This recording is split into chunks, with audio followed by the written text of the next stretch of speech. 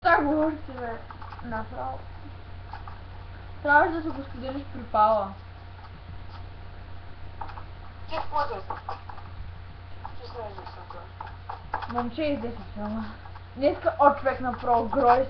Човек не може да излезе от филма направо 20 минути пълни глупости. Кой?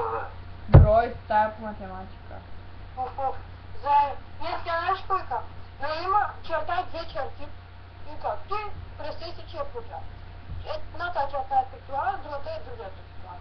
Как ще пролетеш най-бързо? Нали аз се мисля и викам на диагонал. И аз край, блъсната колата, вече измълчи. Край. Блъсната колата.